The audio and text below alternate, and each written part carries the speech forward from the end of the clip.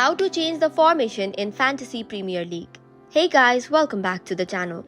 If you'd like to change the formation on FPL, here is the process to do so. First of all, make sure you have updated the application to the latest version.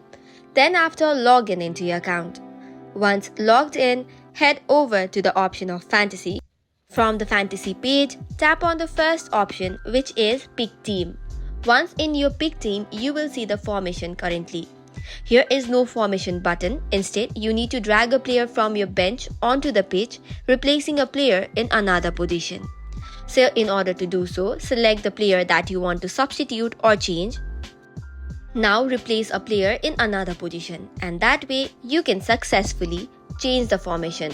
So you can do the same for other formations as well, and you're good to go. So that is all for today's video. For more such contents, do not forget to hit the like and subscribe button. Thank you and keep watching.